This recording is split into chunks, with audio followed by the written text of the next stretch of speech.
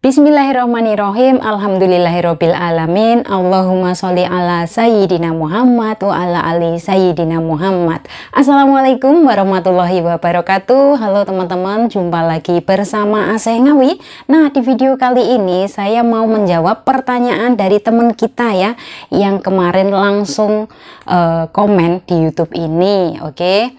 Di sini mbaknya tuh tanya seperti ini. Mungkin mbaknya ini adalah calon TKW yang masih pemula ya. Jadi di sini mbaknya tanyanya seperti ini. Mbak, apakah di Hong Kong tiap minggu libur? Kalau biaya hidup di Hong Kong sama Singapura gimana? Nah, oke.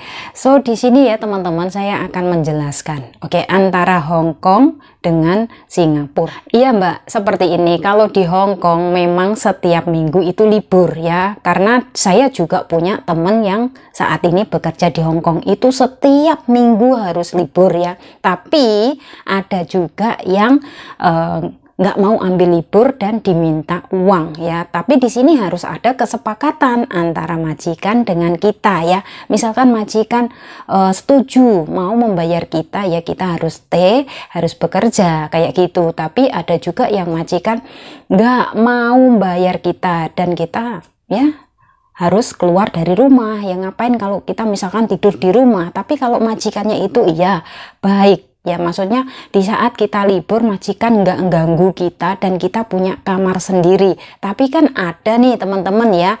Jadi di sini saya mau menjelaskan ya buat pemula ya, buat yang masih baru pertama kali datang ke Hong Kong ataupun ke Singapura. Misalkan nih hari libur dan kalian nggak mau keluar dari rumah, misalkan kalian mau istirahat di rumah, iya kalau kalian itu dikasih kamar pribadi. Tapi misalkan kalau teman-teman misalkan datang di rumah majikan dan kalian itu tidurnya misalkan dengan anaknya majikan atau mungkin dengan ama atau dengan akung kayak gitu, kan ada nih ya seperti itu.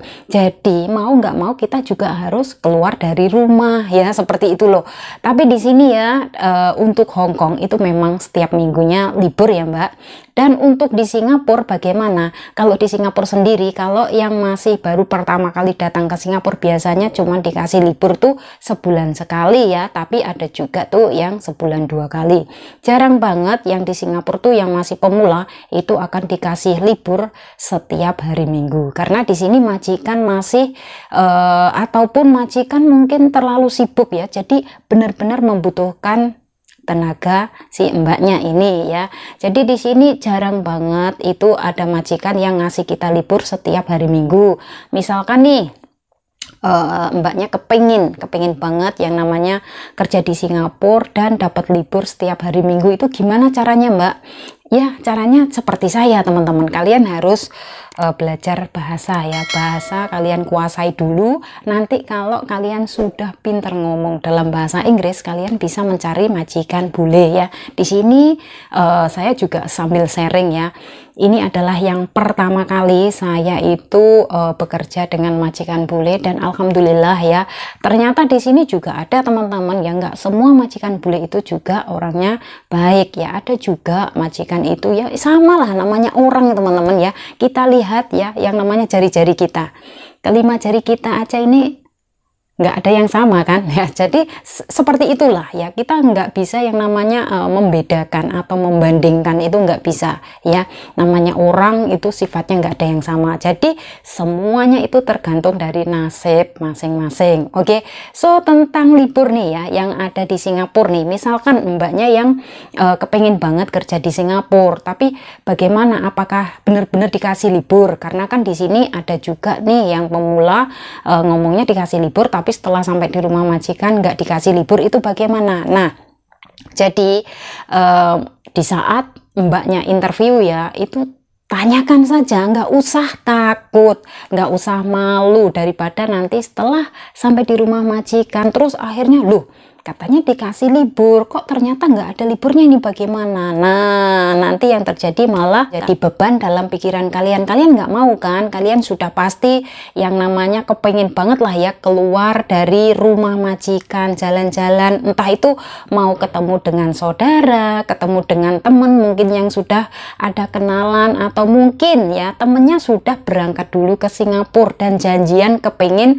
ketemuan di saat liburan. Nah, itu harus ditanyakan, Mbak.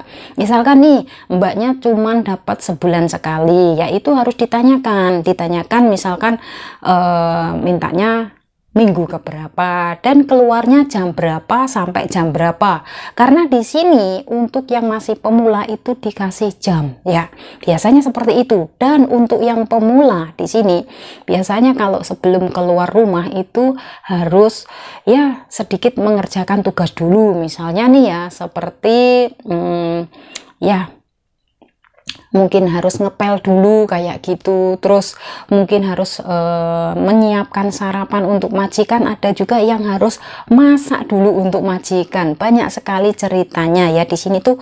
Ya namanya kita bekerja dengan majikan itu ceritanya bermacam-macam ya teman-teman, tapi jarang banget yang disuruh untuk bekerja. Tapi kalau ngikut majikan boleh teman-teman, kita itu kalau libur ya libur, nggak boleh pegang pekerjaan ya. Misalkan kita itu besok sudah hari Minggu ya, jadi kita sore istirahatnya maksudnya sekitar jam setengah 9 atau jam 9 kita sudah masuk kamar, besok pagi itu kita itu sudah benar-benar stop, nggak boleh pegang pekerjaan ya, sampai besok malamnya lagi pulang dari liburan itu juga nggak boleh kerja. Itu benar-benar kita itu bekerja dengan majikan boleh ya, itu aturannya memang benar-benar disiplin ya, nggak ada yang namanya kita sebelum berangkat liburan harus kerja dulu, pulang dari liburan kita harus kerja dulu, itu nggak ada. Itu yang saya alami seperti itu ya, nggak ada. Oke, so di sini misalkan nih teman-teman semuanya nih dari Indonesia kan ke Singapura, dan di sini mungkin mbaknya ya yang dapat liburan 2 kali, ini sudah pasti mbaknya pasti bingung ya, karena ada liburan 2 kali, sisa potongan cuman sedikit dan belum ada baska. Kalau liburan kalian harus bawa work permit ya teman-teman. Jadi di sini tuh penting banget, misalkan kalian dan kalian harus membawa alamat majikan. Misalkan kalian itu nanti pulangnya itu bingung, jadi kalian bisa tunjukkan alamat itu pada temen atau pada siapa saja lah ya.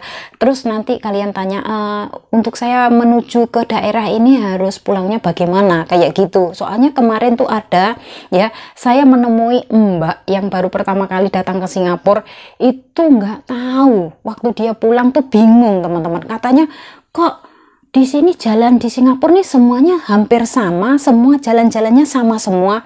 Iya, memang di Singapura ini semua ya, lorong-lorongnya itu semuanya sama teman-teman. Dan rumah-rumah yang ada di Singapura ini semuanya hampir sama ya. Rumah apartemen-apartemen kayak gitu kan sama, di mana-mana sama.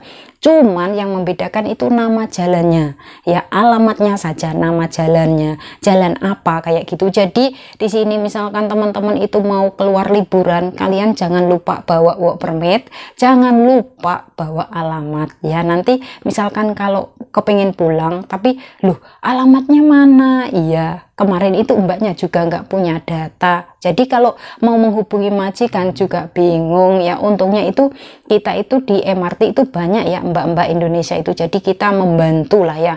Terus kita ngomong-ngomong, di mana mbak tinggalnya, daerah mana, kayak gitu. Oke, so di sini buat teman-teman semuanya, misalkan kalian sudah dapat liburan nih ya, dan kalian kepengen banget yang namanya kursus bahasa, kalian bisa ngikut kursus bahasa, ikut kursus menjahit, memasak, apa aja itu ada teman-teman ya yang ada di Siglap. Oke, so nanti kalau misalkan mbaknya tertarik atau minat, silahkan saja inbox saya ya di Facebook AC Ngawi. Oke, so saya lanjutkan teman-teman. Di sini misalkan nih tentang kehidupan di Singapura, bagaimana biaya kehidupan yang ada di Singapura dengan di Hong Kong. Oke, sebenarnya antara Hong Kong dan Singapura itu sama ya. Kita di sini itu kita dapat jatah makan dalam sehari 3 kali, pagi, siang, dan malam. Itu dapat jatah dari majikan, jadi gratis makan ya. Terus juga Kita itu kalau misalkan nih tentang Mbak, bagaimana kalau kebutuhan kita yang namanya sabun, sampo, apakah juga akan dibelikan oleh majikan? Nah, kalau itu teman-teman, itu tergantung dari nasib. Ya, nasib gak ada yang tahu. Dan di sini saya kalau ngikut dengan majikan yang pernah saya lalui itu memang dibelikan. Ada yang dibelikan, ada juga yang saya beli sendiri. Kalau saya dikasih ya saya ngomongnya terima kasih. Kalau nggak dikasih, kalau nggak dibeliin ya kayak gitu, saya beli sendiri. Saya orangnya seperti ini loh teman-teman, saya nggak mau yang namanya meminta ya sama majikan atau bertumpu 100% sama majikan, enggak. Saya ini orangnya benar-benar mandiri ya, maksudnya di sini bukannya saya tuh sombong karena saya sudah lama di Singapura, enggak ya. Saya juga berpikir ya, saya misalkan dikasih, karena saya sudah dapat pesan nih dari ibu saya ya. Ibu saya tuh ngomong, misalkan kamu dikasih ya diterima, tapi misalkan kalau kamu nggak dikasih barang apapun di rumah majikan, kamu jangan sampai ambil, atau kalau bisa tuh jangan sampai kamu minta kayak gitu. Ibaratnya kamu itu juga manusia, kamu punya harga diri, hargai diri kamu sendiri kayak gitu. Jadi jangan sampailah kamu merendahkan diri kamu sendiri ya, seperti itulah intinya teman-teman. Misalnya kita itu kepingin apa aja ya kita beli ya, nggak usah ditahan. Karena kita di sini nih teman-teman, kita itu juga bekerja ya, kita punya gaji, kita punya uang. Sebenarnya kita tuh bisa, mampu beli apa aja itu bisa. Tapi kadang kita mau beli itu pikir-pikir ya. Kalau kita pikir-pikir, akhirnya kita nggak jadi beli ya. Daripada uang habis untuk beli data, beli pulsa ya. Kalau kita kepengen misalkan kepengen baju atau kepengen apalah ya, beli Mbak. Nggak usah eman, nggak usah ditahan, nggak usah pelit sama diri sendiri. Kita bekerja ini kita juga harus bisa membahagiakan diri kita sendiri, selain kita membahagiakan orang yang ada di rumah. Maksudnya di Indonesia, keluarga kita. Sudah pasti kan kita bekerja ini di sini untuk siapa? Untuk keluarga kita ya. Benar apa enggak? Mungkin untuk orang tua ya, mungkin untuk anak ya. Karena di sini yang namanya kita bekerja di luar negeri, kita mempunyai tujuan yang berbeda. Ada yang kepengen untuk bikin rumah, ada yang kepengen untuk membayar utang, ada yang kepengen untuk mungkin membiayai anak sekolah, ada juga macam-macam ya. Orang yang namanya kerja menjadi seorang TKW sudah pasti mempunyai tujuan ya. Nggak mungkin kerja menjadi TKW hanya ingin mencari kesenangan sesaat atau hanya ingin hura-hura, nggak mungkin kan ya. Karena apa? Perjuangan untuk menjadi seorang TKW itu nggak mudah ya. Coba kalian ingat-ingat waktu pertama kali kalian masuk ke PT ya, prosesnya seperti apa Mbak?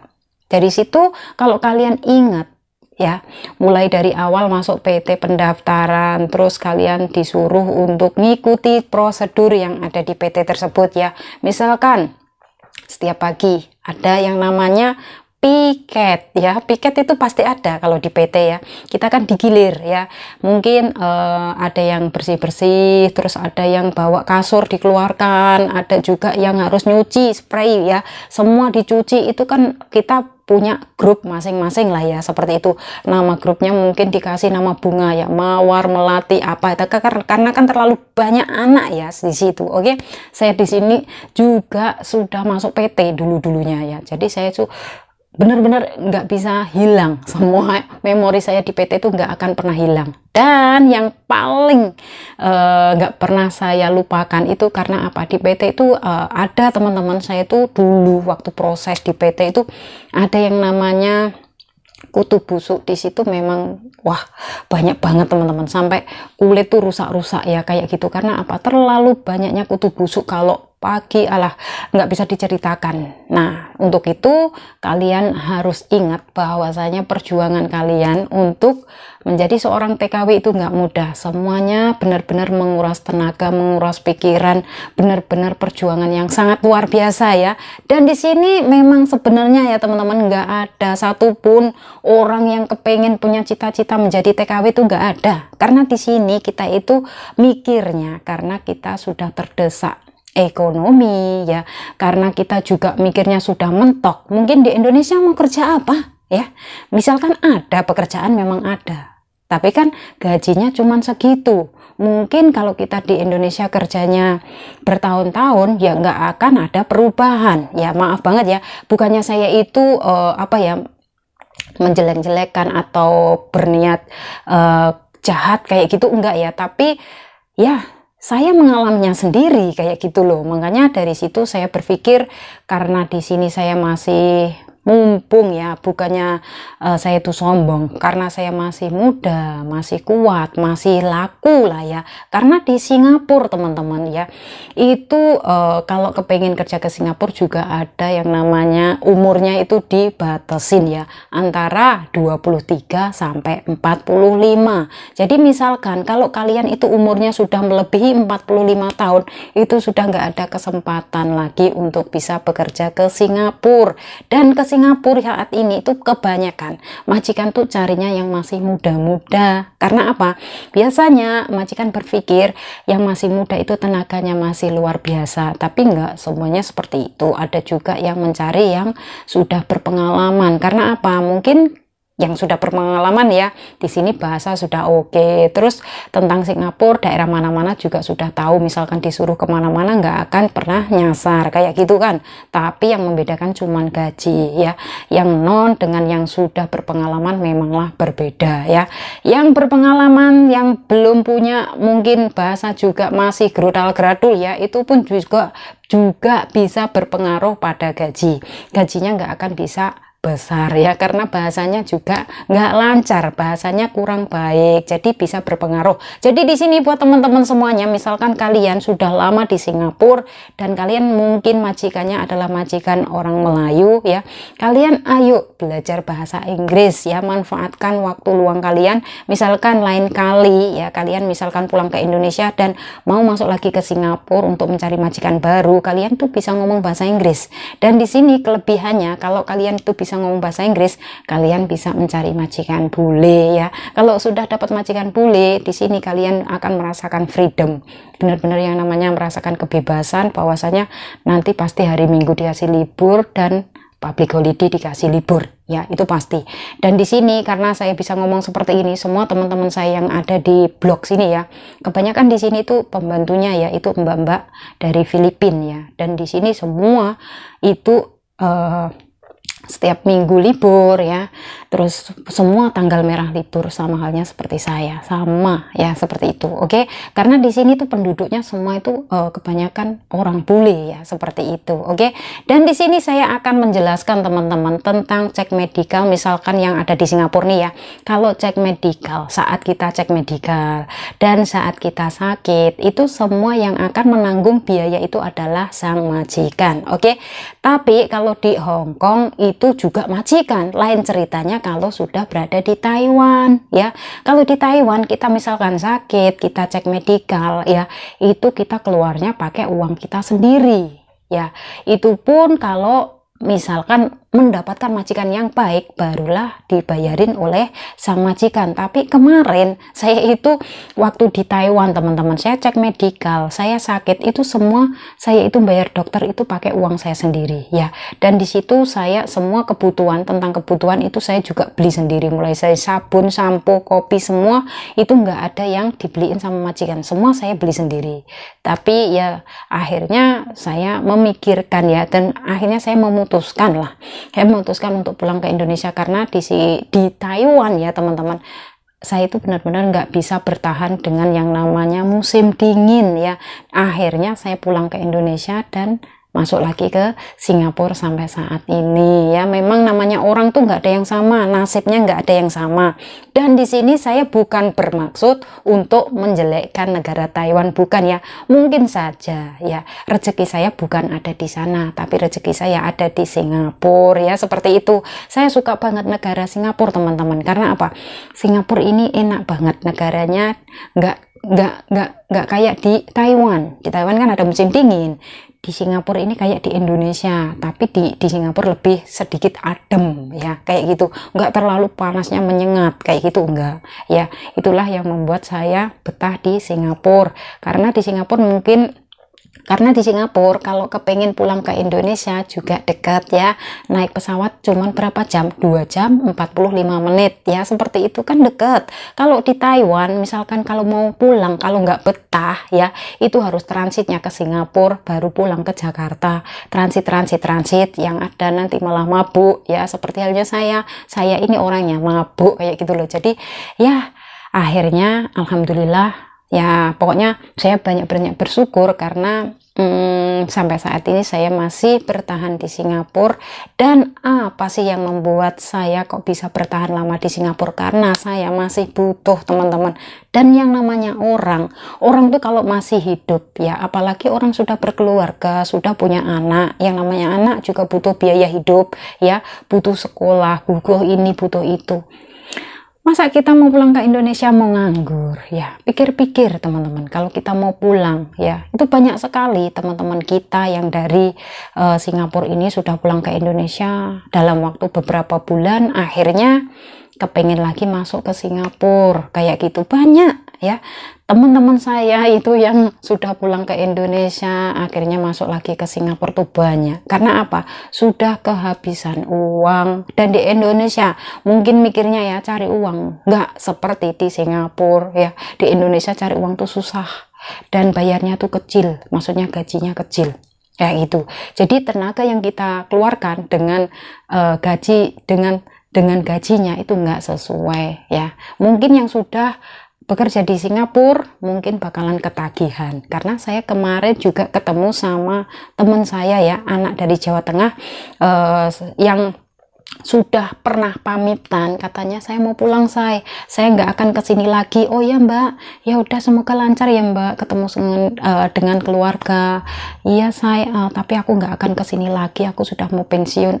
Ternyata kemarin ya tanpa sengaja kita ketemu di City Plaza, terus di sini saya manggilnya mbak, duh kok datang lagi ke Singapura? Iya saya.